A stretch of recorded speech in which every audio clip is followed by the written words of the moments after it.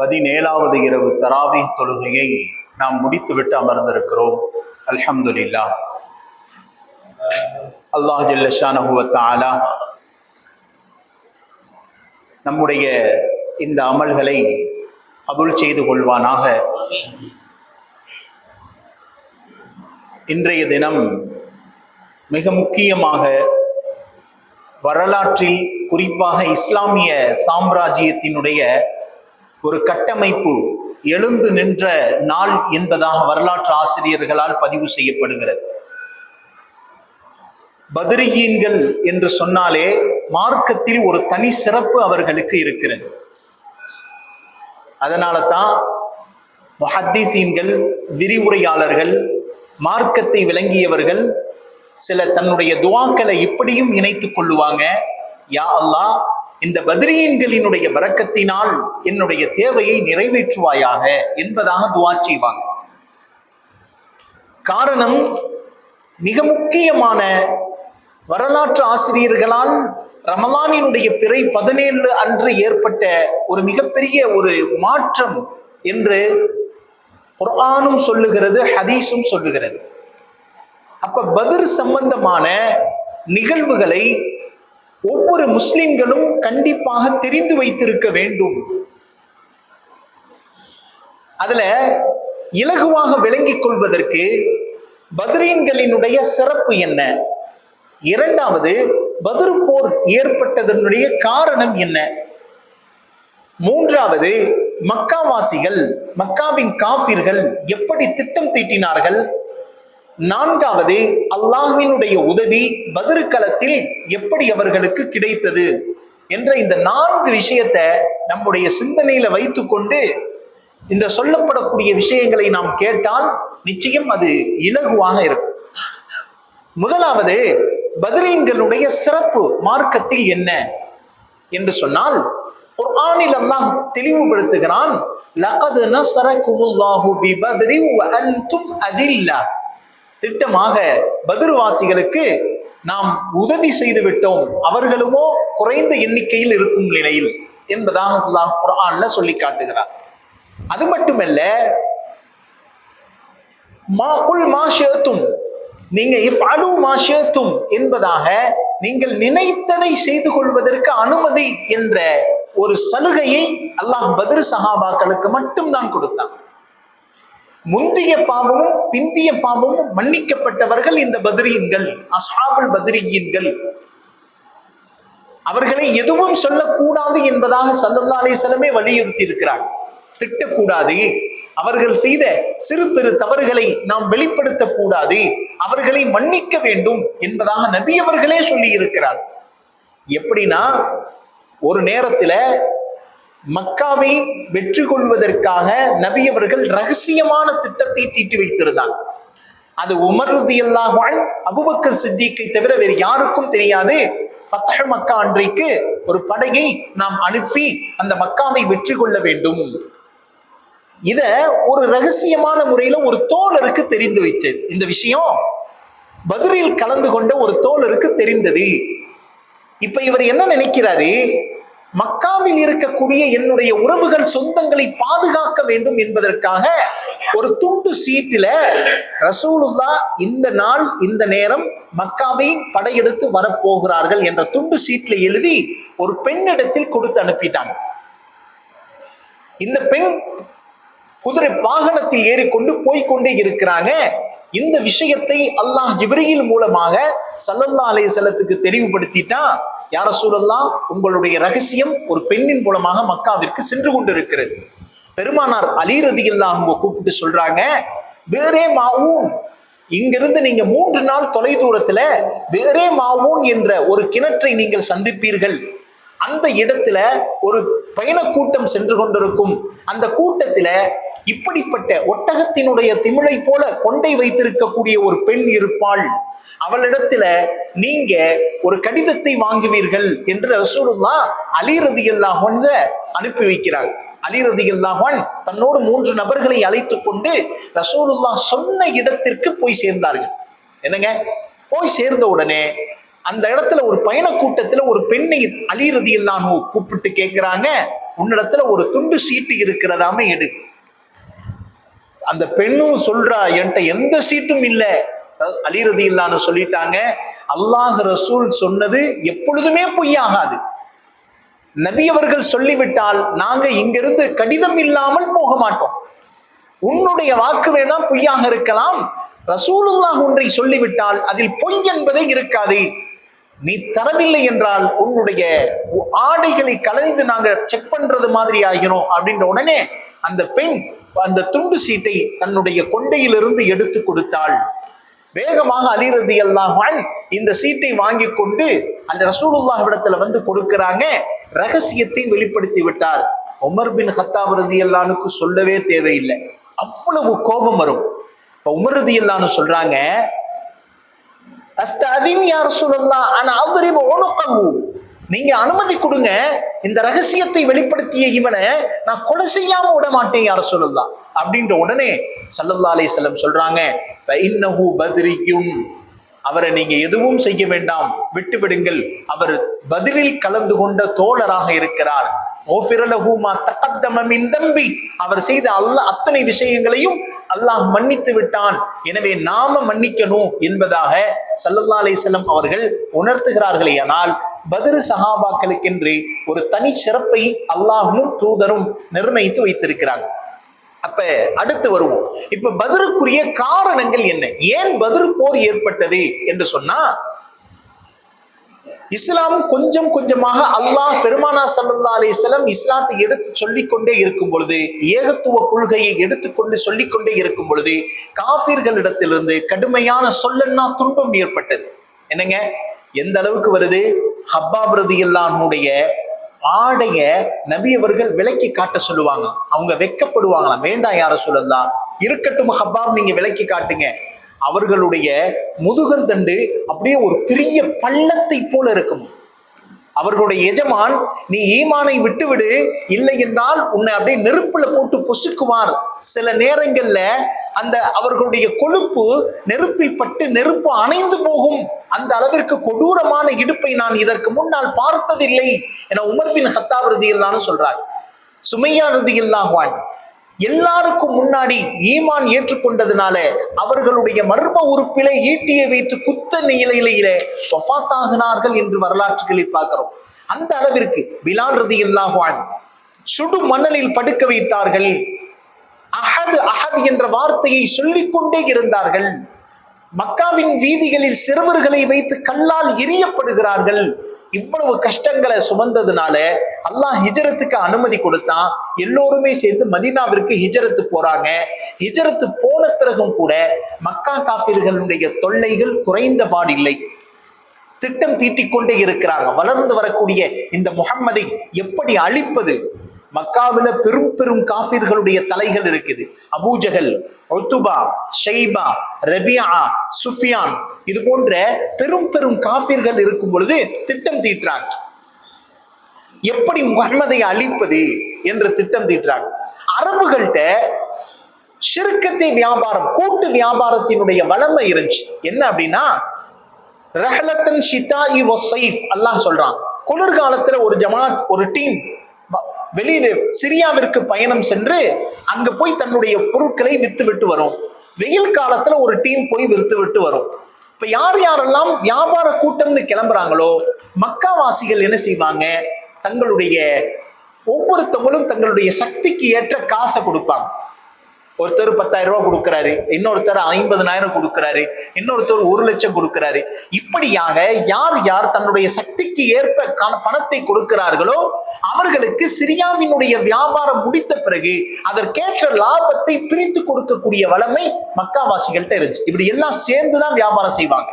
வியாபாரத்தினுடைய நுணுக்கங்கள் வல்லுநர்களுடைய பொறுப்பை கொடுத்து அந்த டீமை அனுப்பிச்சு வைப்பாங்க. அவர் வியாபாரத்தை விற்பனை செய்து கொண்டு வருவார். அந்த காசை என்ன செஞ்சிருவாங்க, அவர்களுடைய அடிப்படை ரஸுல் மால், அவங்க போட்ட முதலீடுக்கு தோதுவாக லாபத்தை பிரித்து கொடுப்பார்கள். இந்த வியாபாரம் கூட்டு வியாபாரம் இருந்துச்சு. இந்த முறை அபூலஹப், அபூஜஹல் திட்டம் தீட்டுறாங்க. என்னன்னா, நாம ஒவ்வொரு முறையும் கூட்டு வியாபாரம் செய்து கொண்டிருந்தோம், லாபத்தை பிரித்து கொடுத்து கொண்டிருந்தோம். இப்ப என்ன செய்யணும், முஹம்மது நாளுக்கு நாள் வளர்ந்து வருகிறார். இஸ்லாத்தை சொல்லிக் கொண்டே இருக்கிறார், நம்முடைய கடவுள்களை அவர் ஏசி பேசிக் கொண்டே இருக்கிறார். அதனால நாம இந்த முறை நம்முடைய எல்லா லாபத்தையும் ஒன்று சேர்த்து முஹம்மதை, அவருடைய மார்க்கத்தை இல்லாமல் ஆக்குவதற்காக நாம் செலவழிக்க வேண்டும் என்று ஆலோசனை செய்றாங்க. என்னங்க ஆலோசனை செய்யறாங்க. அதன் அடிப்படையில அபூ சுஃபியான் வியாபாரத்தினுடைய மிகப்பெரிய யுக்தியை எறிந்தவர். அது மட்டுமல்ல, சீக்ரெட் ஏஜென்ட்னு சொல்லுவாங்க, ரகசியங்கள். அதாவது உளவுத்துறையில எத்தனையோ டிபார்ட்மெண்ட் இருக்கும். அபூ சுஃபியானை போல ஒரு நுண்ணறிவு அரபு தேசத்தில் யாருக்கும் கொடுக்கப்பட்டதில்லைன்னு வரலாற்று ஆசிரியர்களால் பதிவு செய்கிறார். எப்படி நுண்ணறிவுனா, மதீனா நகரத்தை நோக்கி போகக்கூடிய ஒட்டகங்கள் எந்த திசையை நோக்கி போகிறது, அதனுடைய பாதத்தின் சுவடுகள் எந்த அளவிற்கு அளவில் இருக்கிறது, அது மக்கா குதிரை ஒட்டகமா மதீனா ஒட்டகமா, அது என்ன சாப்பிட்டு கொண்டிருக்கிறது என்பதையும் தன்னுடைய திறமையால் கணித்துக் கொள்ளக்கூடிய அளவுக்கு அபூ சுஃபியான் திறமை வாய்ந்தவராக இருந்திருக்கிறார். ஒரு நேரத்துல போகக்கூடிய ஒட்டகங்கள் மதீனா ஒட்டகம் தான் கண்டுபிடிச்சிட்டார். எப்படி அப்படின்னா, ஒட்டகம் போட்ட சாணம் இருக்கு பார்த்தீங்களா, அந்த சாணத்தை எடுத்து செக் பண்றாரு. ஒட்டகம் என்ன செய்யும், பொதுவாகவே எஞ்சிய பேரிச்சம்பழங்களை சாப்பிட்ரும். அந்த எஞ்சிய பேரிச்சம்பழங்களை சாப்பிட்டு அப்படியே செரிமானத்தோட அதனுடைய ஒட்டகத்தினுடைய சாணத்துல பேரிச்சம்பழம் கொட்டைகளை பார்த்து செக் பண்றாரு.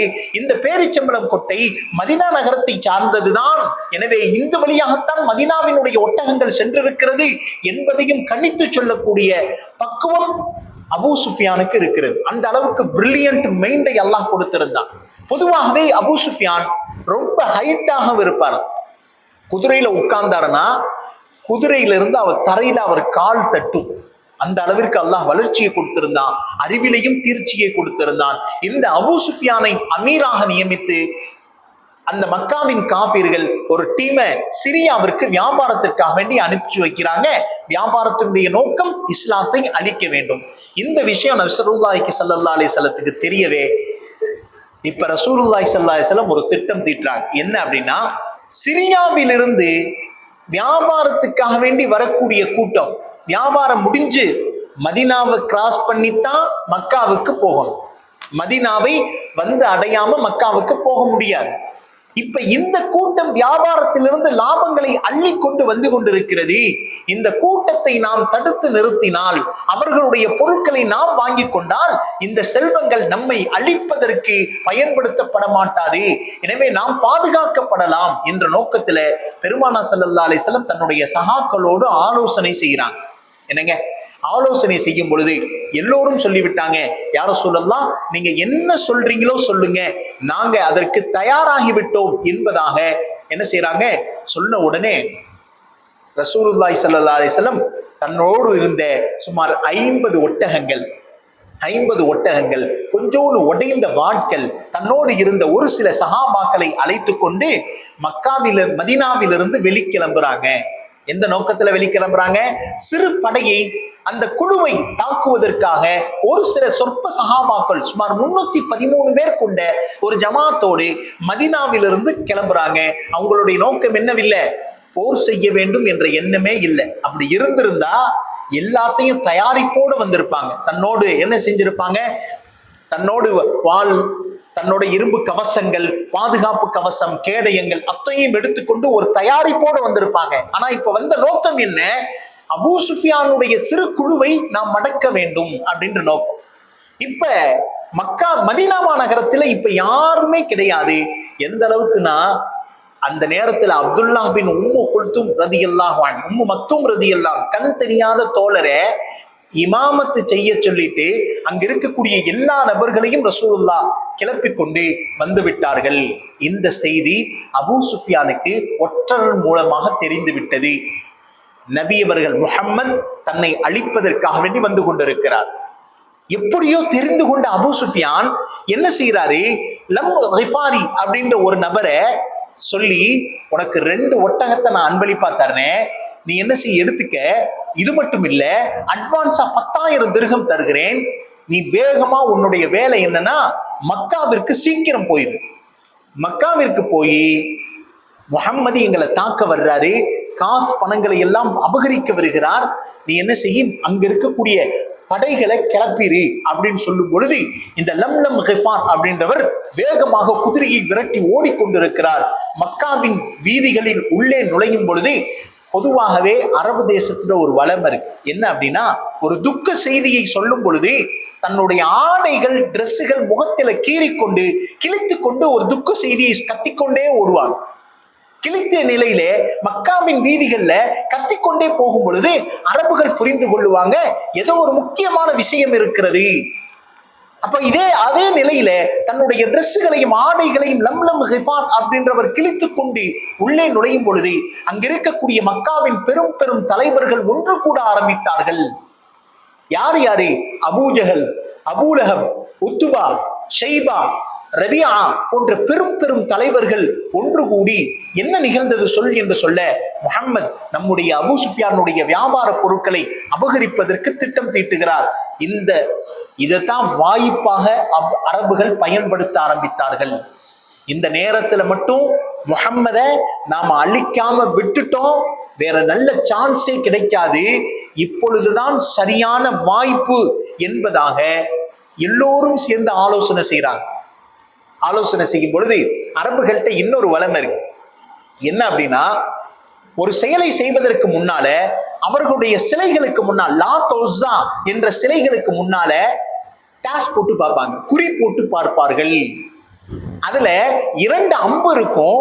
ஒரு அம்புல நாம் அப்படின்னு எழுதியிருப்பாங்க, நாம்னா ஆமா, இன்னொரு அம்புல லா அப்படின்னு எழுதியிருப்பாங்க.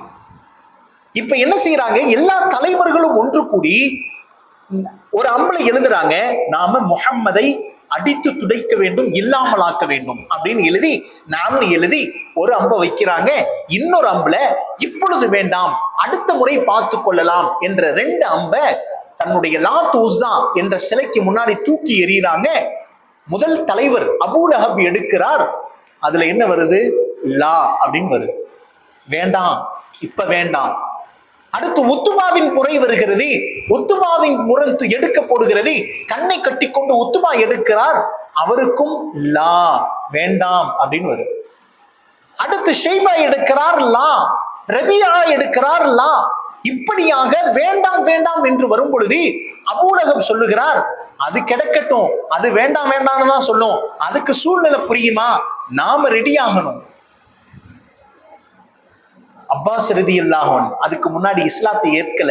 ரசூலுல்லாஹ்வுடைய சிறிய தந்தை அப்பாஸ் வந்து அபூலஹப்ட்ட சொல்றாரு, என்னுடைய சகோதரி ஆத்திகா மக்காவில இரத்த வெள்ளம் நிரப்பதை போல பார்த்திருக்கிறாரு இந்த கனவு, அதனால உஷாரா இருந்துக்கங்கன்றார். நேற்று இரவு மக்காவினுடைய வீதிகளில் இரத்த வெள்ளங்கள் இருப்பதை போல பார்த்திருக்கிறார். வேகமா அபூலஹப் வர்றார். தன்னுடைய சகோதரி அப்பாஸ் ரலியல்லாஹுடைய சகோதரி ஆத்திகாவிடத்துல ஒரு கன்னத்துல அரைஞ்சு, என்ன இரத்த வெள்ளத்தை பார்க்கிறியா கனவுல? இரத்த வெள்ளத்தை நீ பார்த்ததை போல இருக்கிறியா? ஏதாவது நீ சொன்னது மட்டும் நடக்காமல் இருக்கட்டும், பார்க்கலாம். நீ என்ன முஹம்மதுக்கு சப்போர்ட் செய்கிறாயா என்பதாக ஆத்திகாவிடத்தில் சொல்லும் பொழுது ஆத்திகா அமைதியாக போனாள்.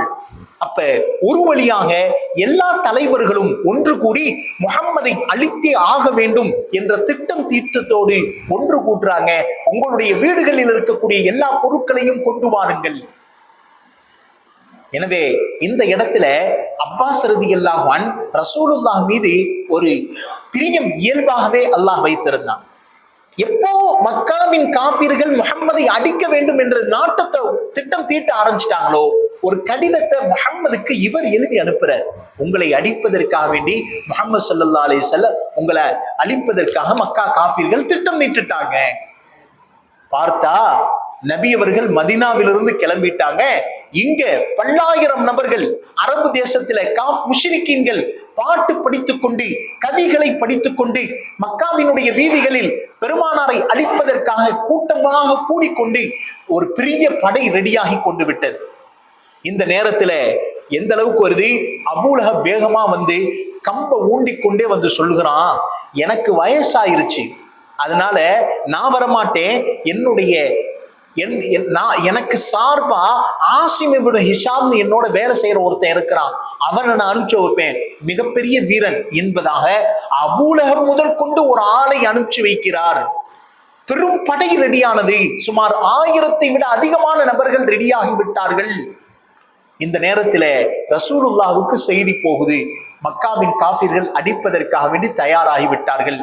இந்த நேரத்தில் ரசூலுல்லாஹும் வெளிக்கிளம்பி மதினாவை விட்டு வெளியே வந்து இப்ப இருக்காங்க. மதினாக்குள்ளவும் போக முடியாது. ஏன்னா மார்க்கத்தினுடைய சில சட்டம் இப்படி இருக்கு, புறமுதுகிட்டு ஓடக்கூடாது. போர்னு வந்துட்டா அதனுடைய புறமுதுகிட்டு மறுபடியும் போடக்கூடாது. எனவே மதீனா வந்துட்டாங்க.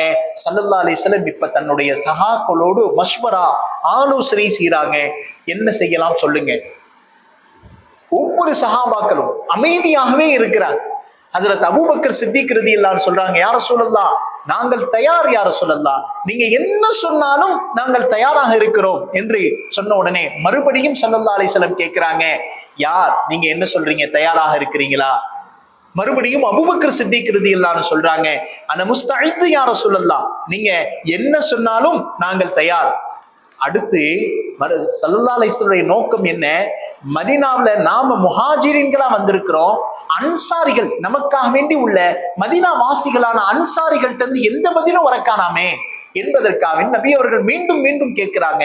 உடனே அவுஸ் ஹஸ்ரஜினுடைய தலைவர்கள் வேகமாக எழுந்து சொல்கிறார்கள், யா ரசூலல்லாஹ், மூசா அலைஹிஸ்ஸலாத்து வஸ்ஸலாம் காலத்துல அந்த மக்கள் நீயும் உன்னுடைய ரப்பும் நீங்க போய் போரிடுங்க, நாங்க இங்கிருந்து உட்கார்ந்து வேடிக்கை பார்த்து கொண்டிருக்கிறோம் என்று நாங்கள் சொல்லுவோம் என்று நீங்கள் நினைக்கிறீர்களா? நீங்கள் மலையிலிருந்து குதிக்க சொல்லுங்கள் யா ரசூலல்லாஹ், நாங்கள் குதிப்பதற்கு தயாராக இருக்கிறோம். நீங்கள் கடலில் குதிக்க சொல்லுங்கள், கடலில் குதிப்பதற்கு நாங்கள் தயாராக இருக்கிறோம். நாங்கள் போருக்கு ரெடியான நிலையிலே வந்திருக்கிறோம் யா ரசூலல்லாஹ் என்று சொன்ன உடனே நபி அவர்கள் அல்லாஹ்வை புகழ்ந்தவர்களாக அங்கிருந்து எதிர்கொள்வதற்கு தயாரான நிலையிலே வந்து கொண்டிருக்கிறார். என்னங்க வந்து கொண்டிருக்கிறார். மதீனாவிலிருந்து கிளம்பிட்டாங்க. கிளம்பும் பொழுது சில சஹாபா பெண்மணிகளை நபி அவர்கள் போர்க்களத்துல அனுமதிக்கல. என்னங்க, போர்க்களத்தில் அனுமதிக்காத நிலையிலேயே பல பெண்கள் தங்களுடைய மக்களை போருக்காக வேண்டி அனுப்பி வைக்க வேண்டும் என்ற ஆசை பட்டு கொண்டே இருந்தார்கள். என்னங்க, ஆசைப்பட்டு கொண்டே இருந்தாங்க. எந்த அளவுக்கு வருதுன்னா, சாத் இப்னு ஹிஷாம், ஹிஷாம் அப்படின்றவர் தந்தை, சாது அப்படின்றவர் மகன், 2 பேருக்கு மத்தியில போட்டி நடக்குதா. சாது சொல்றாரு, நான் வீட்டுல எல்லாம் இருக்க மாட்டேன், நான் ரசூலுல்லாஹோட போருக்கு போவேன். ஹிஷாம் சொல்றாரு, நீ வீட்டுல இரு. இல்லை இல்லை, இது என்னுடைய சொந்த பிரச்சனை இல்லை, இது அல்லாஹ்வோடு ரசூலோடு கூட இருக்கக்கூடிய பிரச்சனை, எனக்கு ஷஹீதுடைய அந்தஸ்து கிடைக்க வேண்டும் என்று நான் ஆசைப்படுகிறேன் அப்படின்னா. என்னங்க, உம்மு ஹஃப்ரா அப்படின்ற ஒரு பெண்மணி ஸல்லல்லாஹு அலைஹி வஸல்லம் 2 சிறுவர்களோடு வந்து நிற்கிறாங்க. ஒரு பக்கம் முஆது 9 வயசு பையன், இன்னொரு பக்கம் முஅப்பத் 11 வயசு பையன். யா ரசூலல்லாஹ், இந்த சிறுவர்களை எடுத்துக்கொள்ளுங்க, போருக்காக வேண்டி என்னிடத்தில் கொடுப்பதற்கு ஒன்றும் இல்லை யா ரசூலல்லாஹ், இந்த சிறுவர்களை வைத்துக் கொள்ளுங்கள் என்று சொல்ல பெருமானா ஸல்லல்லாஹு அலைஹி வஸல்லம் அந்த சிறுவர்களுடைய தலையில கை வைத்து துஆ செய்து விட்டு, அல்லாஹும்ம ஹர்ரிம் ஹாதை தம்ம, இந்த இவர்களுடைய இரத்தத்தை ஹராமாக்கி விடு யா அல்லாஹ், எதிரிகளுடைய கைகளிலிருந்து வெட்டப்படுவதை விட்டும் இந்த இவர்களுடைய இரத்தத்தை நீ ஹராமாக்கி விடு என்று பெருமானார் துஆ செய்து விட்டு சொன்னார்கள். 14 வயசு மேலதாமா இந்த சிறுவர்கள் நான் போருக்காக வேண்டி அனுமதிக்குவேன் என்பதாக நபி அவர்கள் சொன்னாங்க. அந்த பெண்மணி மீண்டும் மீண்டும் சொல்லிக் கொண்டே இருந்தார். அப்ப ஸல்லல்லாஹு அலைஹி வஸல்லம் என்ன சொல்றாங்க, ஒரு போட்டி ஒன்றை ஏற்படுத்துறாங்க. போட்டி ஒன்று பேரும், முஅவ்வதுக்கு அதிகமான வயசு, முஆதுக்கு 9 வயசு. அந்த முஆதுன்ற சின்ன பையன் சொன்னா, யா ரசூலல்லாஹ், நீங்க என்னுடைய அண்ணன் முஅவ்வத அனுமதிப்பீங்க, ஆனா 2 பேருக்கு மத்தியில சண்டையை வச்சு பாருங்க, எங்க அண்ணனையே நான் அடிச்சு வீழ்த்திடுவேன் யா ரசூலல்லாஹ் அப்படின்ற உடனே நபி அவர்கள் சண்டையை வைக்கிறாங்க. சண்டை போடுறதுக்கு முன்னாடி முஅவ்வதுன்ற சின்ன பையன் தன் சகோதரன் முஆதுடைய காதுல சொல்றான், ரசூலுல்லாஹ் உன்னைய எப்படியாவது அனுமதிச்சிருவாங்க, ஆனா என்னைய அனுமதிக்க மாட்டாங்க, எப்படியாவது இந்த ஒரு தடவை எனக்காக வேண்டி நீ தோர்த்து விடு, நீ போருக்கு பிறகு என்ன சொன்னாலும் நான் கேட்பதற்கு தயாராக இருக்கிறேன், என்ன சொன்னாலும் நான் கேட்டு விடுவேன், ஏன்னா ரசூலுல்லாஹ் உன்னை அனுமதிச்சிருவாங்க, என்னை மட்டும் நீ வீழ்த்திட்டினா போருக்கு வராமையே நான் வீட்டுக்கு சென்று விடுவேனே என்பதாக சொன்னவுடன் அவன் ஒத்துக்கொண்டான். அண்ணன் தோர்த்து போனான், தம்பி ஜெயித்து விட்டார். பெருமானார் தன்னுடைய கரத்தில் இருந்த அம்பை கொடுத்து, இதை பாதுகாப்பாக வைத்துக் கொண்டு போர்க்களத்திற்கு வா, அனுமதியை வழங்கிட்டான். என்னங்க, இன்னொரு பெண்மணி ஜைனப் ரலியல்லாஹு அன்ஹா வேகமாக ரசூலுல்லாஹ் இடத்துல வந்து 6 மாத குழந்தையை கையில கொடுக்குறாங்க. 6 மாத குழந்தை. யா ரசூலல்லாஹ், முதலில் அல்லாஹ் இஸ்லாத்தை காப்பதற்காக வேண்டி ஒரு போரை உங்களுக்கு தந்திருக்கிறான். எனக்கு கொடுப்பதற்கு ஒன்றுமில்லை யா ரசூலல்லாஹ், வீட்டில் ஒன்றுமில்லை, இந்த குழந்தையை வைத்துக் கொள்ளுங்கள் யா ரசூலல்லாஹ். பெருமானார் கேட்கிறாங்க, இதை வைத்து நான் என்னமா செய்யறது? பெருமானார் இடத்தில் அந்த பெண்மணி ஜைனப் ரலியல்லாஹு அன்ஹா சொல்றாங்க, வரலாற்றில் பதிவு செய்யப்படுகிறது, யா ரசூலல்லாஹ், உங்களின் மீது விழக்கூடிய ஒரு அம்பையாவது தாங்கும் கேடயமாக இந்த சிறுவன் இருக்க மாட்டானா? பெருமானார் இடத்தில் சொல்லும் பொழுது பெருமானார் அழுது விட்டார்கள். அதற்கு பிறகு போர்க்களம் தயாராகிறது. போர்க்களத்தை நோக்கி சென்று கொண்டே இருக்கிறாங்க. பத்ர் என்னும் இடத்தில் வந்தவுடனே அதற்கு முன்னால் சற்று தூரத்திற்கு முன்னால ஒரு இடத்துல ரசூலுல்லாஹ் முகாமிட்டு அமர்ந்தாங்க. அந்த இடத்துல ஹிஸாம் இப்னு முன்திர் என்ற தோழர் ரசூலுல்லாஹ்ட்ட கேட்கிறாரு, யா ரசூலல்லாஹ், இந்த இடம் சரியில்லாத இடமாச்சே, இந்த இடத்துல இருந்தா நாம போர் செய்ய போறோம்.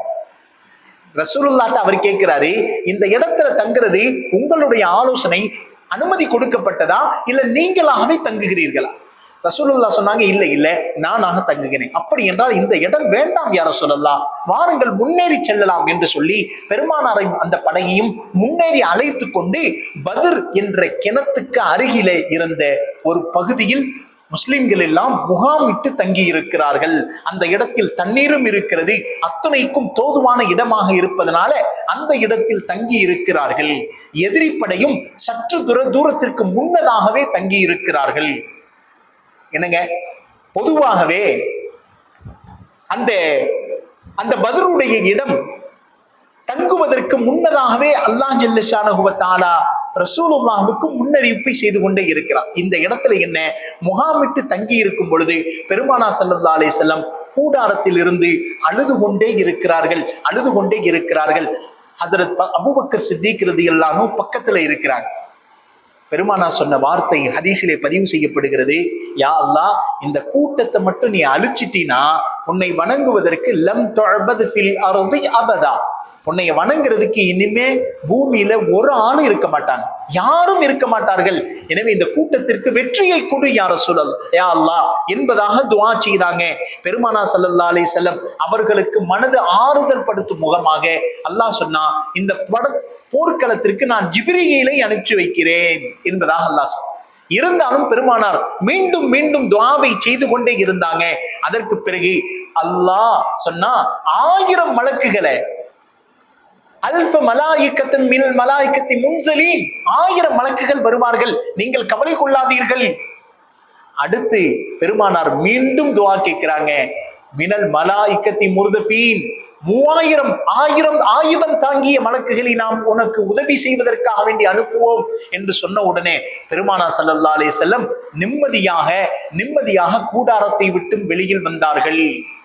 கூடாரத்தை விட்டு வெளியில வர்றாங்க. இப்பொழுது தன்னுடைய படையை ரசூலுல்லாஹி ஸல்லல்லாஹு அலைஹி வஸல்லம் ஓர் நிலைப்படுத்தி அன்றைய நிகழ்வை ஸல்லல்லாஹு அலைஹி வஸல்லம் சரி செய்கிறாங்க. அப்படி வந்துகிட்டு இருக்கும் பொழுது ஒரு தோழரை படையை சரி செய்யும் பொழுது பெருமானாருடைய வாள் ஒரு தோழருடைய பக்கத்துல தட்டிடுது. அந்த தோழர் ரசூலுல்லாஹ்ட்ட கேட்கிறார், யா ரசூலல்லாஹ், நீங்க படையை சரி செய்யும் பொழுது உங்களுடைய வாள் என்னுடைய இடுப்புல பட்டுச்சு, ரொம்ப கஷ்டமாக இருக்கு யா ரசூலுல்லாஹ் என்று சொல்லும் பொழுது பெருமானார் ஸல்லல்லாஹு அலைஹி வஸல்லம் நீதத்தை உலகத்திற்கு நிலைநாட்டுகிறார்கள். நான் உனக்கு துன்பம் விளைவித்ததை போல நீயும் எனக்கு கஷ்டத்தை கொடு, துன்பத்தை கொடு என்று பெருமானார் தன்னுடைய ஆடையை விளக்கி காட்டுகிறார்கள். அந்த தோழர் வாய்ப்பை எதிர்பார்த்து கொண்டிருந்தார். வாய்ப்பை எதிர்பார்த்து கொண்டிருக்கும் பொழுது வேகமாக பெருமானாருடைய முதுகில் முத்தமிட்டார் என்று சொல்ல ஹதீஸிலே வருகிறது. முத்தமிட்டார். பெருமானார் ஸல்லல்லாஹு அலைஹி வஸல்லம் சொன்னாங்க, என்னுடைய மேனியில் பட்ட உன்னுடைய உதடை அல்லாஹ் நரகத்தை விட்டும் பாதுகாப்பானாக.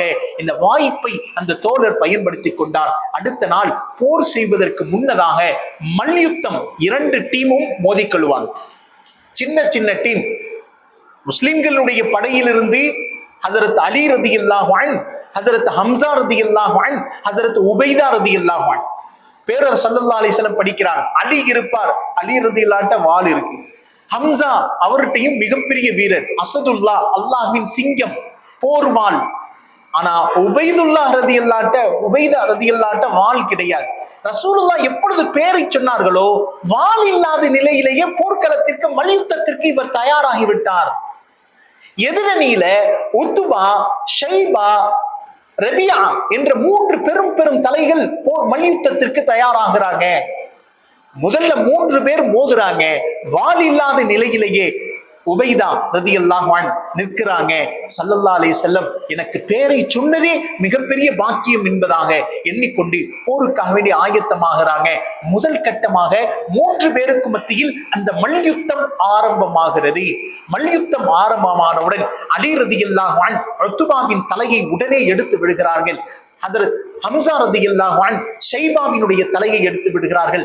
ஆயுதம் இல்லாத நிலையில் நின்று கொண்டிருந்த உபைதா ரலியல்லாஹு அன்ஹு அவர்களுடைய காலை ரபீ என்பவன் கொடியவன் அப்படியே வெட்டி வீழ்த்தி விட்டான். இதை பார்த்து கொண்டிருந்த அலியும் ஹம்ஸா ரலியல்லாஹு அன்ஹு 2 பேரும் சேர்ந்து ரபியை வேகமாக தாக்கினார்கள். ஒருவர் இடுப்பை தாக்கினார், இன்னொருவர் தலையை எடுத்து வீழ்த்தி விட்டார். உடனே உபைதா ரலியல்லாஹு அன்ஹு கால்களை இழந்த நிலையிலேயே பெருமானாரிடத்தில் ஹம்சாவும் அலியும் தூக்கி கொண்டு வருகிறார்கள். யா ரசூலல்லாஹ், இவருக்கு கால் இழந்த நிலையில் இருக்கிறார்கள் யா ரசூலல்லாஹ் என்று சொல்ல பெருமானாரினுடைய மடியில் உபைதா ரலியல்லாஹு அன்ஹு கிடக்கிறாங்க. ரசூலுல்லாஹ் அவருக்கு ஆறுதல் சொல்லும் முகமாக கேட்கிறாங்க, ஹல் துரீது ஷிஃபாஅன் அமில் ஜன்னா, உனக்கு இதுல நிவாரணம் வேண்டுமா அல்லது சொர்க்கம் வேண்டுமா? நிவாரணம் வேண்டுமா அல்லது சொர்க்கம் வேண்டுமா? பெருமானாருடைய மடியில ஒரு 4 சஹாபாக்கள் மட்டும்தான் கடைசியாக உயிரை விட்டுருந்தாங்க. அதுல அப்துல்லா பின் துல் பஜாதைன் என்ற 2 தோழரும் அதோடு சேர்த்து உபைதா ரலியல்லாஹு அன்ஹு. இது பெரிய பாக்கியம் யாருக்கும் கிடைக்கல. பெருமானாருடைய மடியில் தன்னுடைய இறுதி நிலை முடிய போகிறது. ரசூலுல்லாஹ்விற்கு பிடித்த நிலையில் என்னுடைய உயிர் மூச்சு இந்த உலகத்தை விட்டும் பிரிய போகிறது என்பதை நினைத்து கண்ணீர் வடித்துக் கொண்டிருந்த உபைதா ரலியல்லாஹு அன்ஹு சொல்லுகிறார்கள், யா ரசூலல்லாஹ், லா உரீது ஷிஃபா, எனக்கு நிவாரணம் எல்லாம் வேண்டாம் யா ரசூலல்லாஹ், எனக்கு சொர்க்கத்துக்காக வேண்டி துஆ செய்யுங்களேன், சொர்க்கத்தில் உங்களோடு சேர்ந்து இருப்பதற்கு துஆ செய்யுங்களேன் என்று சொல்ல பெருமானார் ஸல்லல்லாஹு அலைஹி வஸல்லம் சொர்க்கத்துக்காக வேண்டி துஆ செய்கிறார்கள். அதே நிலையிலேயே அவர்களுடைய உயிர் பிரிந்து விடுகிறது. அதற்கு பிறகு போர் சூடு பிடிக்க ஆரம்பிக்கிறது. எதிரி படைகள் தங்குகிறார்கள்.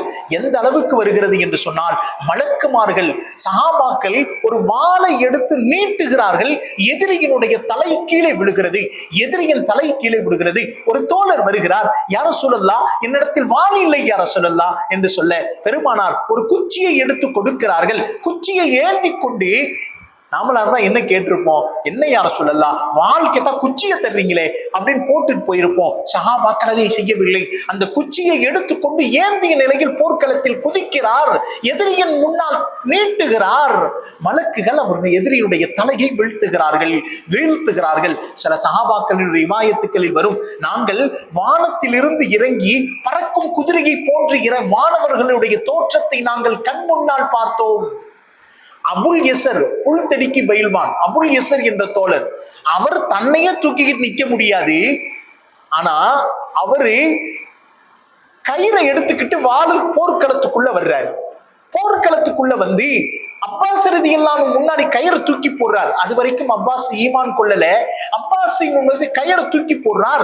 கயிறு வேகமாக சென்று அப்பாஸ் ரலியல்லாஹு அன்ஹு என்ற பெரிய மனிதரை இறுக்கி கொண்டது. அவரால் வெளியில் வர முடியவில்லை. அப்படியே இழுத்து கொண்டு வருகிறார். ஓரமாக உட்கார வைத்திருக்கிறார் அபூ யஸர் ரலியல்லாஹு அன்ஹு. மலக்குமார்களுடைய உதவி தொடர்ந்து வந்து கொண்டே இருந்தது. ஒரு நேரத்தில் அல்லாஹ் மிகப்பெரிய வெற்றியை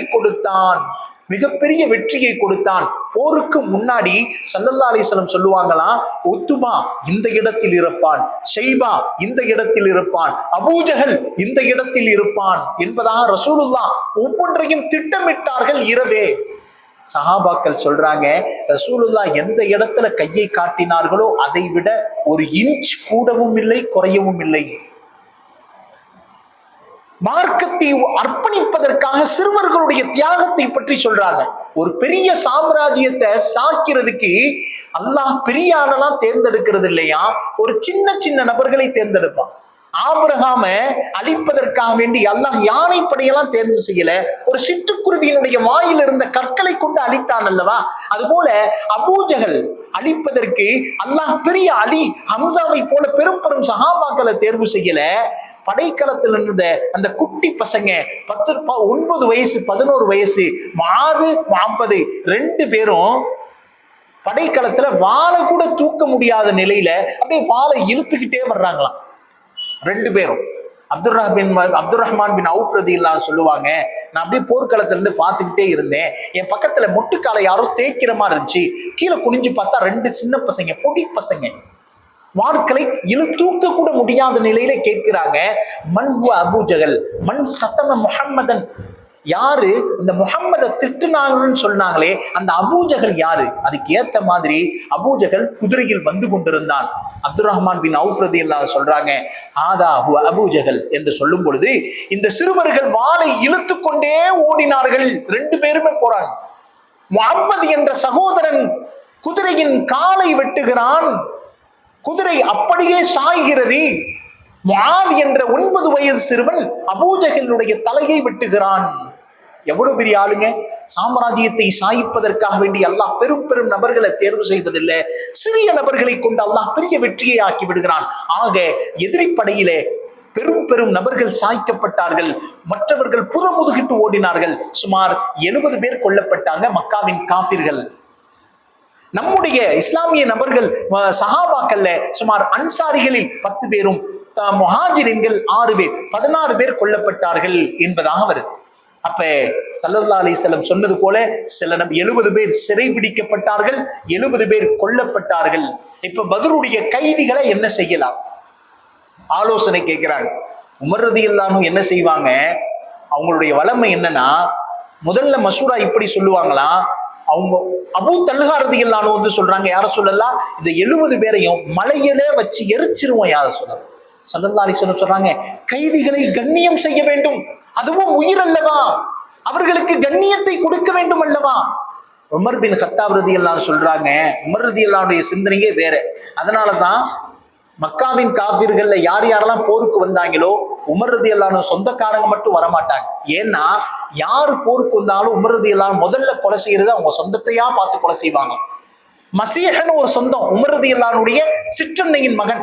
முதல்ல எதிரி படையில நின்றதோட உமர் ரலியல்லாஹு அன்ஹு உடனே கதையை முடித்து விட்டார்கள். என்னங்க, இன்னொரு கொடியவன் வந்து ஒருத்தர் இருந்தாங்க, அப்துல் உஸ்ஸா அப்படின்னு சொல்லுவேன். உமர் ரலியல்லாஹு அன்ஹு குறிய வச்சுக்கிட்டே இருந்தாங்க. படையிலே வச்சு தீர்த்து கட்டிடலான்னு பார்த்தா சிறை கைதிகளோட மாட்டிட்டாரு. இந்த அப்துல் உஸ்ஸா வேகமா நடந்து வந்துகிட்டு இருக்காரு. உமர் ரலியல்லாஹு அன்ஹு கேட்டாங்க, உன்னை அப்பயே முடிக்கலாம்னு நினைச்சேனே, நீ எப்படி தப்பிச்சு வந்தாய்? அது அப்துல் உஸ்ஸா சொல்றாரு, ரசூலுல்லாஹ்ட்ட நான் சொன்னேன், எனக்கு 4 பொம்பளை பிள்ளைங்க இருக்கியா ரசூலுல்லாஹ் அப்படின்னோன்னு ரசூலுல்லாஹ் என்னை விட்டுட்டாங்க. அப்ப கைதிகளுடைய விடுதலையை பற்றி பெருமானார் ஆலோசனை செய்யும் பொழுது உமர் ரலியல்லாஹு அன்ஹு சொல்றாங்க, அவங்க சொந்தக்காரங்களை வச்சு நாம அவர்களையே கொலை செய்து விடலாம் யார சொல்ல.